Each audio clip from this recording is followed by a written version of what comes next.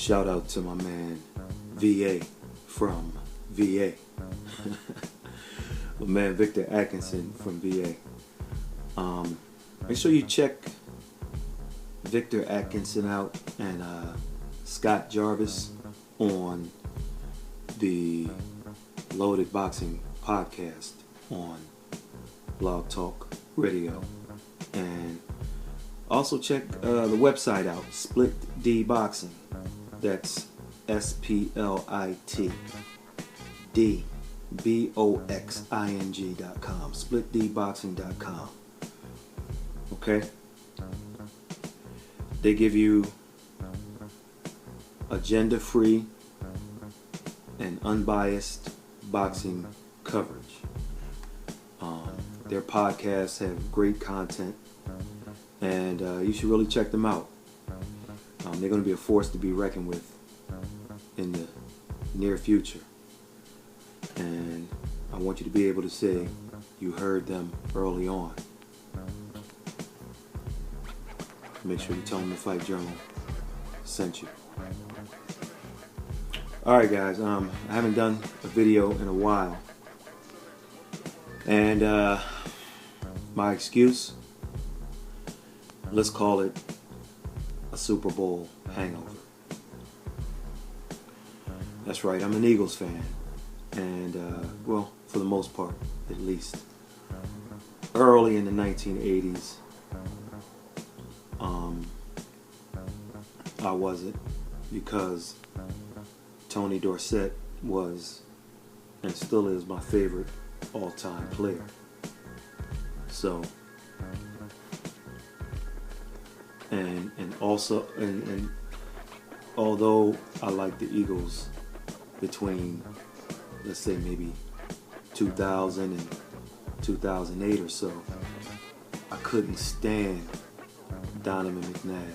So while I wish the Eagles well, part of me didn't want him to win anything, and he didn't. So now that they've won, I'm happy, because not only was McNabb not involved, but it's just been a long time coming. Let me correct some people, including some of the Philadelphia Eagles fans and players. They keep saying that it's the Eagles' first world championship, and that's not true. The Eagles have 4 league championships, alright? 3 world titles and 1 Super Bowl. So when the Washington Redskins talk about their 5 world titles, what that means is they won 3 Super Bowls, and then they also won 2 world titles. And if it applies to them, it should also apply to Philadelphia. So anyway,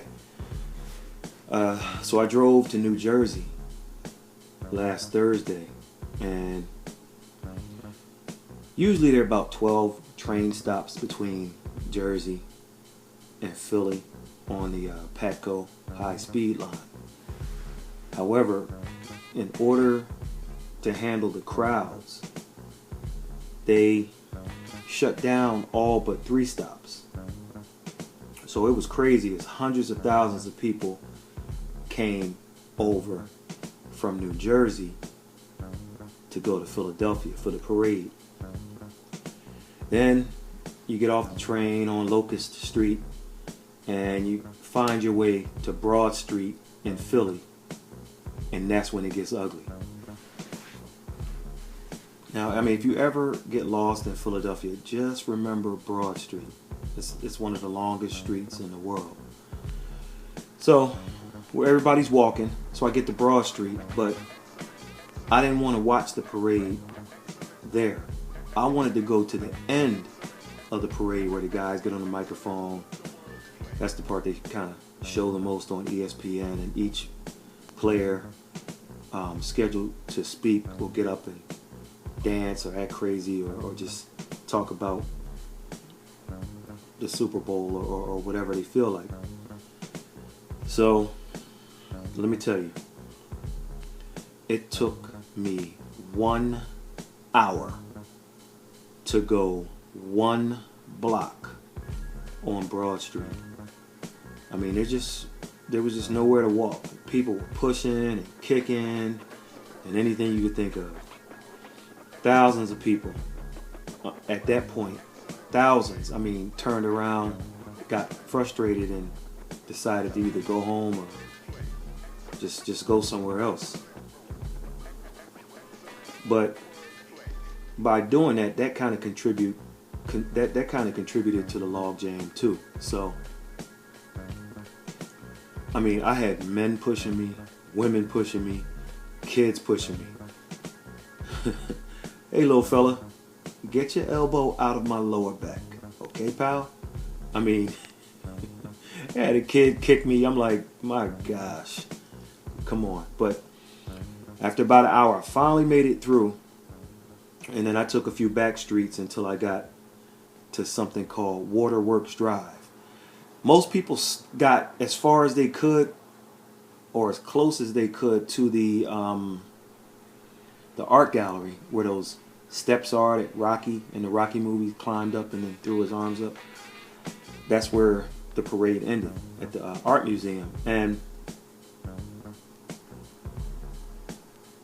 so, but if they would have, if I don't want to really give the secret away, because if my boys go back and win next year, but if you stay right and don't go down to where the park area is leading up to the art gallery, I won't say the name of the street, but if you wind up near Waterworks Drive, you cross Waterworks Drive on the other side, and I'm telling you, I didn't quite get prime real estate, but I got close enough. And what I'll do is, I shot some videos. I didn't do it to put on YouTube, but I'll do it anyway. I just was playing around with my the old iPhone, and so I probably got about 2, 3, 4, 5, 6, no more than 8 minutes of videos, just quick shots showing people up on trees and all kind of stuff. So I'll just put that at the end of this video, and I'll just leave a video of my experience at the end of this. But trust me, it was bananas. I mean, I'm still sore from all the walking and the elbows and the shoving I experienced, but I'd do it again in a minute. Then on Friday, I went to my sister's 50th birthday party in Jersey. So, shout out to Francis Lee. Shout out to Tyrone Lee. And I want to shout out a few people I ran into over the weekend. First, I want to mention my man Ray and his beautiful wife Atia. And they're adorable kids, Ray and Ryan.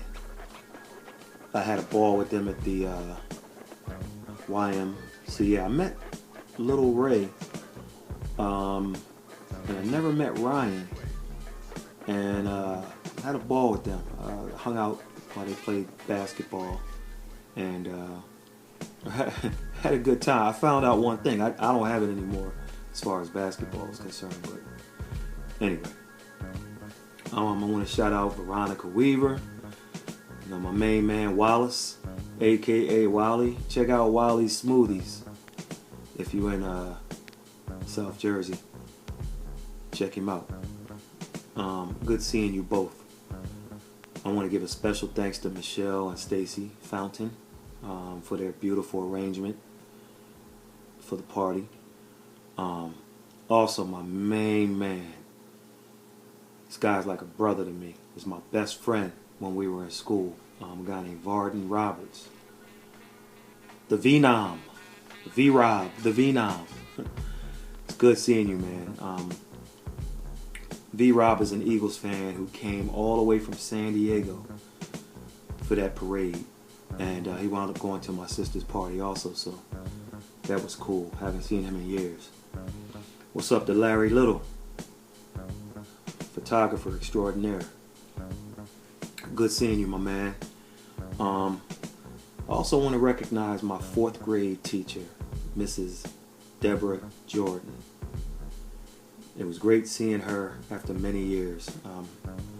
She and her husband came out to the party, and they're a very, very handsome couple. So it was good to see them. Also good to see Winoka Lennon and my man Ibrahim Bey, who was on helping out on the Wheels of Steel doing the music thing. So also it was good to see my family, Toya, my sister Barbara, my nieces Janae, Jody, Dita, Carolyn, and Paul Woodburn. Great to see them. Great people. Great people. So it was a fantastic weekend. I'm not 18 anymore, so it wore me out. And so I'll leave, like I said, some of the parade stuff afterwards. All right, let's talk boxing. So we had Alexander Usyk beating Marius Briedis by a close decision. I scored it for Usyk by about 4 points or so. Didn't have really an official scorecard. I don't know what fight Craig Metcalf was watching. He had it 114 all. The other 2 judges, Robin Taylor, Robert Tapper, had it 15-13 for Usyk. Not quite sure what they were watching either, but it was a good fight. I can't put my finger on it yet. I just can't put my finger on Usyk. He's maybe a 200-pound version of a prime Sergio Martinez. He kind of picks and probes with his jab and moves side to side and then kind of pivots. It's just always in motion. It's actually fun to watch if you aren't a fan who's just looking for a big knockout. Usyk is a fantastic fighter. You just look at him and you see Sergio Martinez and maybe a little winky right to his game. And so he moves on to the World Boxing Super Series Cruiserweight Final. Then, my most anticipated fight of the year. I hate that it came so early in the year, but when I looked at what was lined up from here to maybe May, this was just the most anticipated fight for me. Murat GASSIEV took on Junior DORTICOS, and the fight did not disappoint. Early on, the fight kind of reminded me of Golovkin versus Alvarez, starring DORTICOS as Golovkin.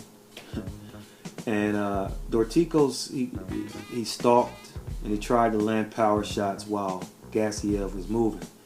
The only difference between this fight and Golovkin versus Alvarez is that GASSIEV was throwing back more shots than Canelo did against Golovkin. So but the movement, it was almost like he was just trying to stay as far away as he could. Then, I'd say maybe in the middle rounds, you had the occasional body shots by GASSIEV, and they began to add up, and they wore DORTICOS down. So we called for a late knockout. We got a late knockout, but I didn't think it would be that late.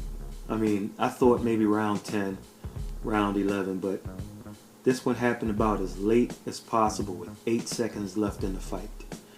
You know, I'm on a hot streak right now as far as my predictions. I mean a hot streak.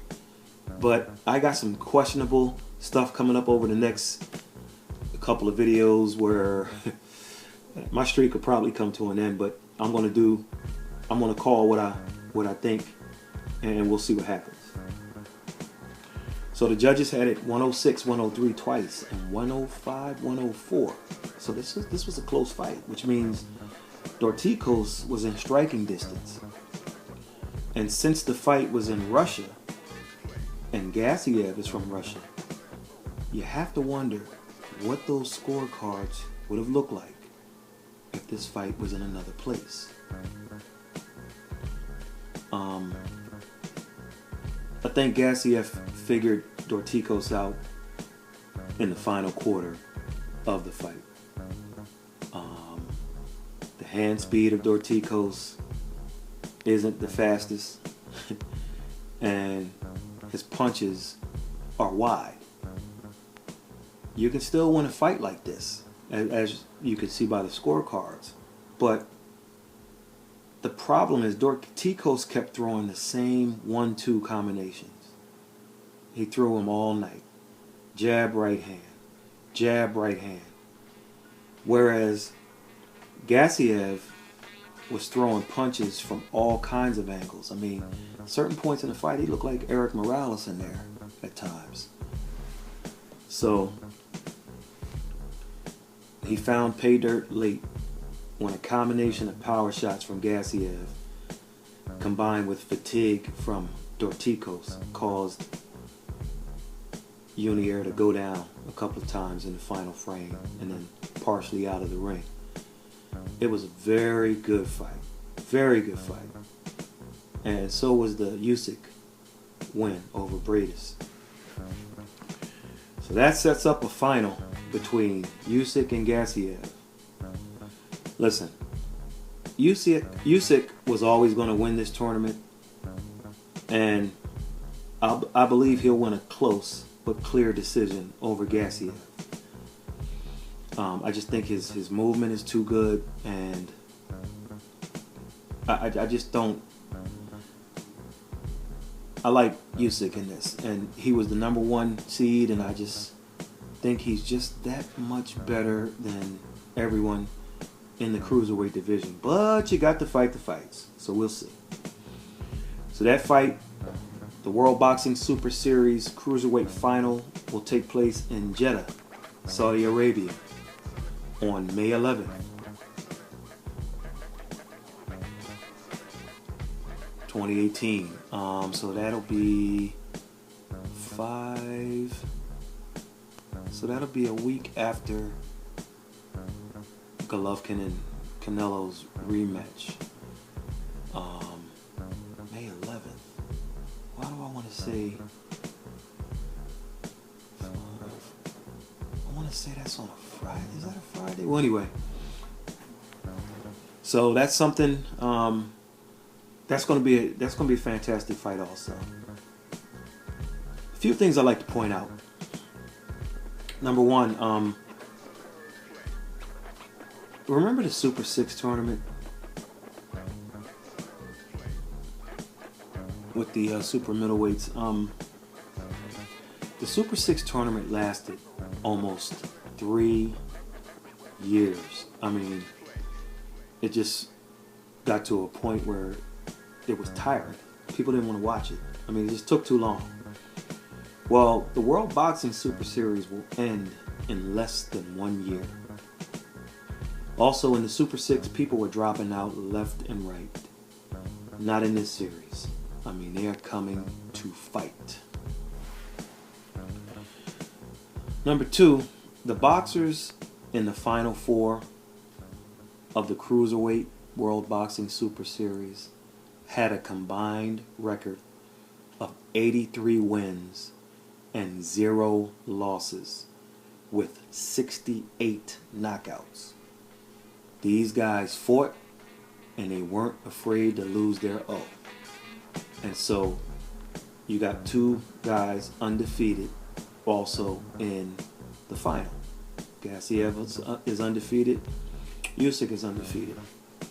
So I hear other people talk about not being afraid to lose their O, but these guys are backing it up. Then you got Jesse Hart out here talking about the World Boxing Super Series is a joke. Listen, because the problem he had is with Callum Smith. Callum Smith had a world title shot against Anthony Durrell, and he decided to fight in the World Boxing Super Series. Jesse, stop counting other people's money and worry about your own. I'll tell you why Callum Smith decided to not fight Durrell and fight in the World Boxing Super Series. I'll tell you why.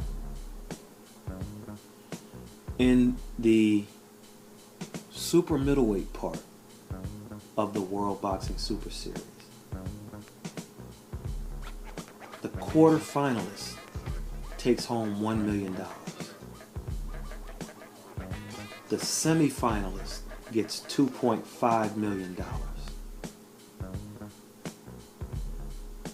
And if you get to the final, you get $4 million. And guess what, folks? That's the loser's purse in all those cases. So if you lose in the quarterfinal, you get $1 million. If you lose in the semifinal, you get $2.5 million. If you lose in the final, you get $4 million. The winner of the final, by the way, gets $8 million in the super middleweight portion of the World Boxing Super Series. The cruiserweight winner gets up to $10 million, plus whatever he won in the previous rounds. So ask Jesse Hart what he got for his last fight. It wasn't $1 million, I can tell you that.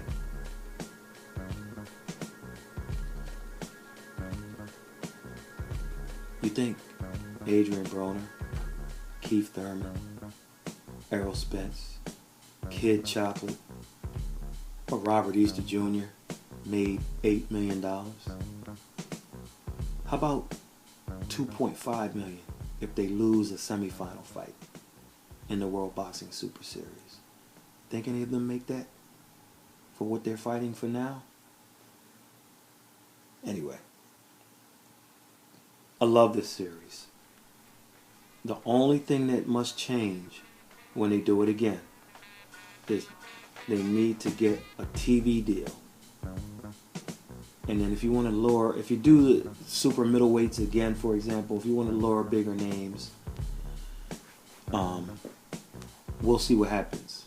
You get that phone call, Jesse Hart, with that type of money on the table. You make sure you pick that phone up.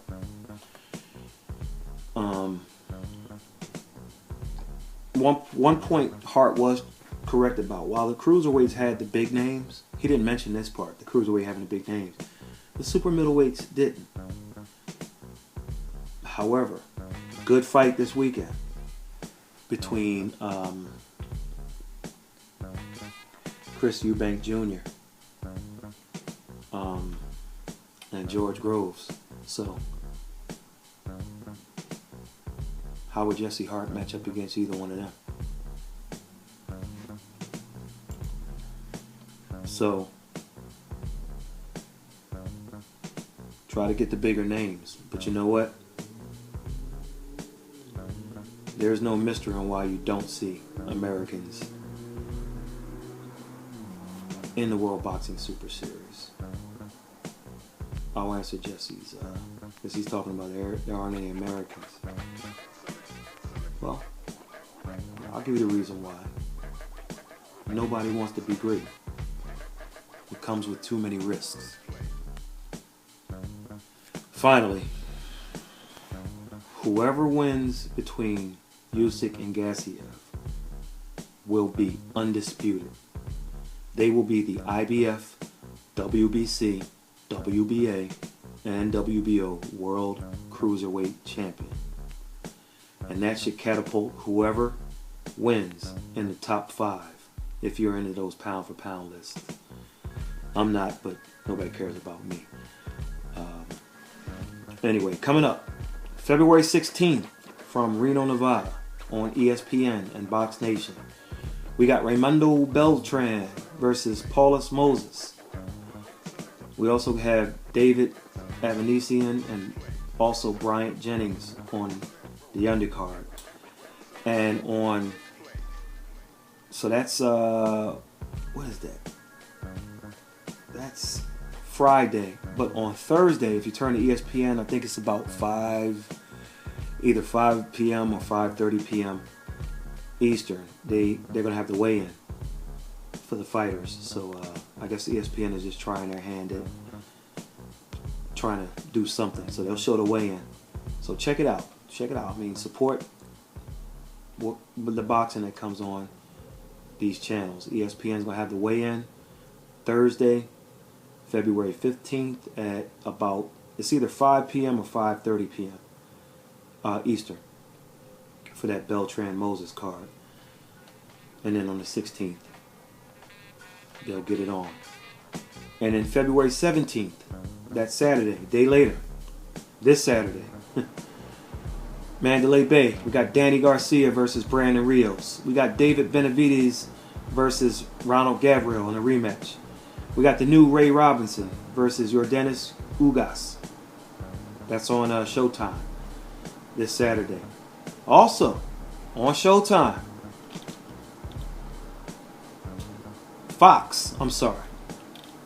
the Danny Garcia card is on Showtime. A little earlier in the day, I believe, it's earlier. On Fox, we got Devin Alexander versus Victor Ortiz. Caleb Plant versus Rogelio Porky Medina. Alright. Thomas Top Dog Williams is on the card. Tony Superbad Harrison is on the card. Check that out on Fox. And also earlier that same day. The same day as Garcia versus Rios. The same day as Devin Alexander versus Victor Ortiz. We got George Groves, Chris Eubank Jr. It's going to be on ITV pay-per-view, or if you got yourself a good Fire Stick or Android cable box, you know what time it is. February 24th from the Forum, Inglewood, California. Saturday, February 24th. HBO, the Superfly 2 card. Brian Valoria, Carlos Cuadras versus McWilliams Arroyo. And the main event was Saxo Wangek versus Juan Estrada. That is going to be a fantastic fight. March 3rd, Madison Square Garden. Sergio Kovalev steps in the ring against Igor Mikhalkin. And then the fight that probably should be the main event, Dmitry Bivol versus Sullivan Barrera. And then Vaughn Alexander, who's Devin Alexander's brother. I'm not sure if they're going to show that fight. But he's on the undercard. He went to prison for some years, came out, and he's older now, past his physical prime, even if he didn't go to prison. So, but he's on the trail. He wants a title shot, so we'll see how he does. That same night on Showtime in Brooklyn, Deontay Wilder versus Louis Ortiz. That fight is a fix. I'll talk about it. We got Andre Dirrell in a rematch with Jose Uzcategui. Uzcategui. And Jamal Charlo versus Hugo Centeno Jr. that same day. So understand, this Saturday we got 3 fight cards. Devin Alexander, Victor Ortiz headlining one. Danny Garcia, Brandon Rios headlining another. And then George Groves, Chris Eubanks heading another one. So March 3rd, okay, you got Kovalev at Madison Square Garden. You got Wilder, Ortiz in Brooklyn. And then you got the return of Kell Brook fighting Rabchenka. Sierra Rabchenka earlier that day. So that's going to be a fun. That's on Sky Sports once again for Americans. If you got yourself a good Android cable box or Fire Stick. There you have it. That's it. I won't go on to anything else. I've talked long enough. I'm going to leave some of this Philadelphia Eagles parade stuff. Like I said, it wasn't anything I was shooting to put on a video. I was just capturing the moment. So don't look for anything spectacular. It was just me with my phone playing around, shooting a bunch of 20-second videos that I'll combine into one collage. And make sure you check the fights out, and we'll catch you on the next one.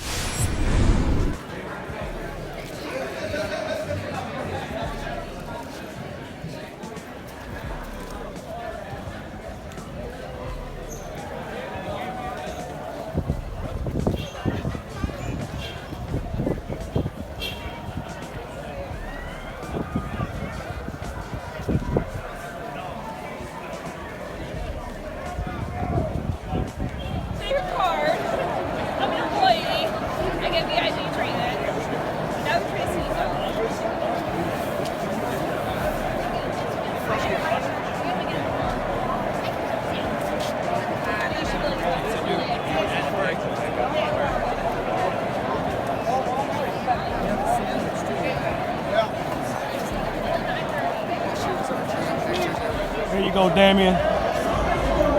Collinsworth sucks. He sucks. Ain't gonna push, won't push you, baby. Ooh, come on, come on, come on, come on, come on, baby. Stop beating around the bush. Thank you. Yeah, you're gonna get it on.